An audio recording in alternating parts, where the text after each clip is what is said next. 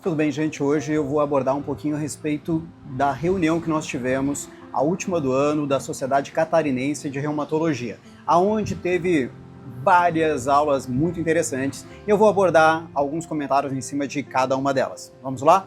Primeira aula. A primeira foi com o Dr. Ivânio. Ele falou sobre os JAK kinases sendo usados nas espondilites anquilosantes. E aonde a gente viu que os estudos mostraram uma eficácia realmente interessante. Os estudos citados foram o SELECT AXIS 1 e 2, onde ele mostrou poucos efeitos colaterais, aonde mostrou também que funcionou tanto para pacientes com uveíte, com doenças inflamatórias intestinais, tendo uma eficácia similar entre homens e mulheres. E uma coisa que me chamou muito realmente a minha atenção, que foi em pacientes com dor nociplástica, ou seja, paciente que tem a espondilite anquilosante, mas mais do que isso, são pacientes que também têm fibromialgia, que normalmente a gente tem muita dificuldade para o tratamento, para as boas respostas. Nesses pacientes, os inibidores da JAK se mostraram realmente ser muito interessantes. Nós vimos que também essa medicação foi liberada pelo FDA e está tendo realmente boa resposta também para pacientes que têm acometimento periférico, das espondiloartrites periféricas. A segunda aula foi de imagens, dada pelo Dr. Mark Vanderlei. Ele abordou vários casos radiográficos extremamente interessantes. O primeiro foi de uma granulomatose com poliangeite, uma vasculite específica, de uma forma bem diferente. Ela começou parecendo que era uma poliarterite nodosa e depois progrediu, para esta outra vasculite. Quadro bem diferente, bem atípico, legal para a gente rever e ficar atento no nosso dia a dia. O segundo foi abordado a respeito da síndrome de Sjögren com pacientes tendo acometimento pulmonar, não esquecer da associação para desenvolvimento de linfoma nesses pacientes. Foi bem interessante isso também. O terceiro caso foi sobre amiloidose pulmonar. E o quarto foi sobre sarcoidose em um paciente jovem.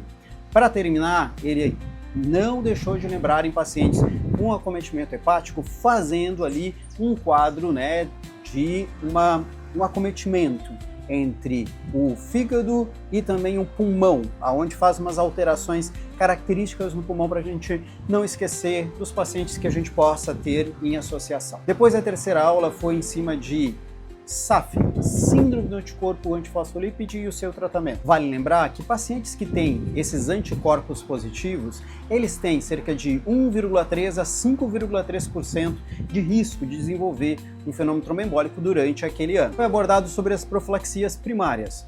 Então, para aquele paciente que nunca teve nenhum evento, como que a gente deve proceder, mesmo eles tendo ali, no caso, a presença do anticorpo positivo. Primeira coisa é pensar em AS. Então, os estudos mostraram que quem nunca teve a trombose, mas tem, no caso, anticardiolipinas, ou antifosfolipídio, ou anti-beta-2-glicoproteína positivo, se mostrou realmente interessante o uso do AS nesses pacientes. A segunda coisa é o uso de estatinas, onde mostrou que em pacientes com risco cardiovascular, ele deve ser usado sim. O outro é a questão da hidroxicloroquina, que em pacientes com esses anticorpos positivos, em especial com doença autoimune associada, a gente deve sim pensar no seu uso. E depois a gente já progride para pacientes que tiveram ali uma indicação de uso de antagonistas de vitamina K. Para a profilaxia primária, não mostrou ser vantajoso. Então o paciente primeiro tem que ter algum evento trombótico para daí sim a gente pensar no uso dessas medicações. E aí, gente, a gente vai agora para o próximo passo, que é o tratamento para quem já teve um evento trombótico. Sem sombra de dúvida, começa com os antagonistas da vitamina K, como a varfarina, onde a gente deve focar no INR entre 2 e 3,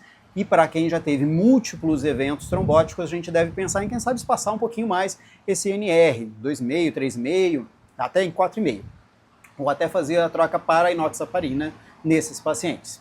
Caso a gente esteja vendo quadros recidivantes de trombose, aí a gente já pode pensar em alargar ainda mais esse NR, ficar entre 3 e 4,5 e também associar a hidroxicloroquina. A última aula foi a aula de infiltração dada pelo Dr. Glaucio Castro para artrose. Então a gente viu algumas substâncias que foram feita uma revisão nos estudos científicos para ver se elas funcionavam ou não. A primeira que foi citada foi a arnica, onde não tem estudo mostrando a sua efetividade para injeção dentro da articulação. O segundo é o corticoide, que tem estudos desde 1980.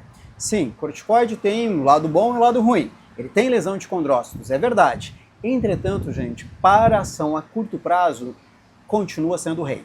Ele é muito bom, extremamente eficaz. Agora vem a parte dos problemas que eu vou ter. A questão dos ácidos hialurônicos. Bem, o ácido hialurônico nos estudos até agora não mostrou realmente uma mudança da artrose a longo prazo.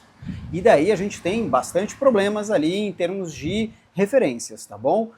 Os estudos não mostram que vai haver mudança da doença e mais do que isso, em um ano não teve diferença para a dor comparado à placebo. E a gente vê que a OARSE, ela recomenda o uso, por exemplo, para joelho, mas o ACR e a AOS não recomenda porque os estudos não mostraram comprovar a sua eficácia. Vamos lá, próximo, PRP, plasma rico em plaquetas. Plasma rico em plaquetas, nos estudos até agora, ele não mostrou uma vantagem em um ano. Tá? Então, os pacientes, eles não tiveram uma resposta adequada em um ano. Mas tem várias ressalvas ali nos estudos, então a gente acha que pode funcionar, mas há não há uniformidade, essa que é a verdade. Nós temos problemas com as doses, com os kits, com a frequência, então quem sabe pode vir a funcionar, mas por enquanto nos estudos não dá para bater o martelo falando que o plasma rico em plaquetas é uma maravilha.